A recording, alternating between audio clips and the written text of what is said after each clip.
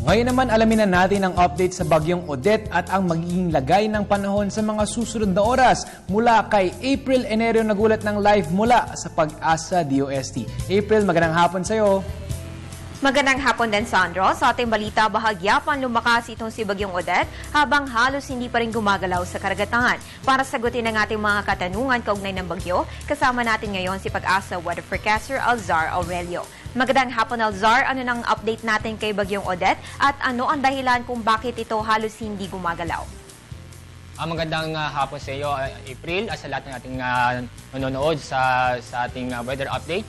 Ngayon, hindi rin umaalis sa kanyang kilalagyan at nasa Philippine Sea ito, si Bagyong Odette. Yung nakikita ay nag-stationary itong bagyo nito at tumatagal lalo itong si Bagyo. Kaya po lumakas itong si Bagyong Odette. Ngayon po umabot ng 95 km per hour. Samantala ang kanyang gustiness ay umabot sa 120 km per hour.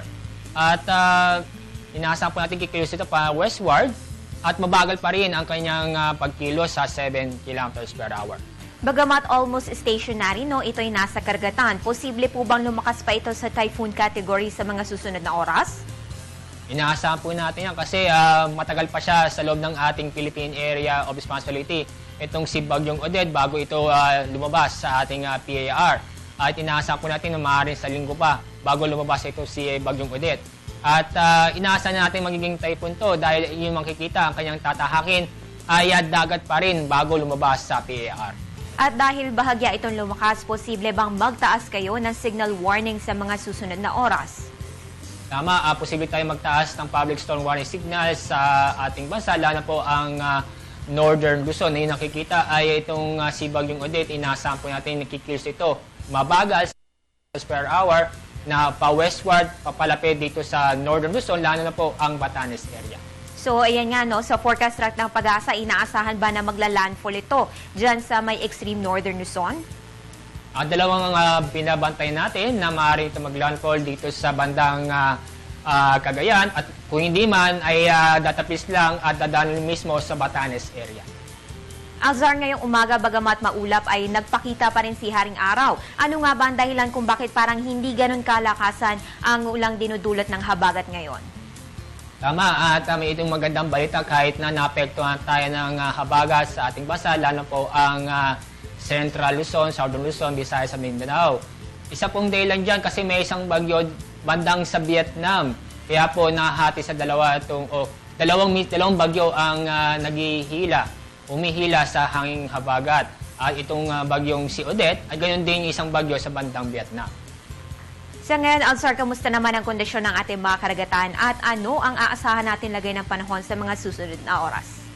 Tama, at paalala po, wala po nakataas ang public storm warning signal pero inaasahan pa rin natin na malalaking alon dito sa buong seaboards ng Occidental kasama ang Palawan. Pero darating ng araw o sa mga oras mula ngayon ay maapektuhan ng malaking bahagi ng seaboards ng Southern Luzon at ganyan din Visayas habang itong si Bagyong Odette ay kumilos mabagal habang lumalapit ito sa Northern Luzon. Kaya po itong habagat ay lalong lalakas at kaya po itong area ng Southern Luzon at Visayas ay maaari pong magkaroon ng malalaking alon. Kaya po patuloy tayo mag-antabay sa mga susunod na update ukol sa ating weather. Alzar, at dahil nga halos magtatagal itong si Bagyong Odette sa ating area of responsibility hanggang sa weekend, paalala na lang sa ating mga kababayan. Paalala po sa ating mga kababayan na kahit po wala po nakataas ang public storm warning signal, ay babala po sa ating mga lalo po sa eastern section ng Luzon tulad ng Cagayan, Isabela, ganoon din ang Quezon kasi doon banda ang bagyo. Kahit malayo po ay ating mangingisda, huwag mo nang pumalaot. Antayin na lang pong itong bagyong si Odette na lumabas sa ating Philippine Area of Responsibility. Dahil inaasahan po natin na maaari po sa linggo pa ay nasa labas ito ng PAR. At doon naman po sa mga habagat na apektuhan tayo ay asahan po natin malalaking alon sa mga susunod na po. Patuloy tayo maging update sa ating weather lalo po dito sa Pag-asa. Okay, maraming salamat. Ayan po si Mr. Alzar Aurelio, weather forecaster ng Pag-asa, na nagbigay sa atin ng update tungkol kay Bagyong Odette. Antabayan na ng susunod na ulat panahon na hatid ni Weatherman Harry Bayona mamayang 3:00 ng hapon. Para maging una sa ulat panahon, please follow us on Twitter, like us on Facebook at bisitahin ang aming website. At yan ang pinakahuling balita mula dito sa Pag-asa DOST. Ako po ang inyong weather girl April Enerio para sa Telebisyon ng Bayan. Balik sa'yo, Sandro. Maraming salamat sa iyo, April Enerio.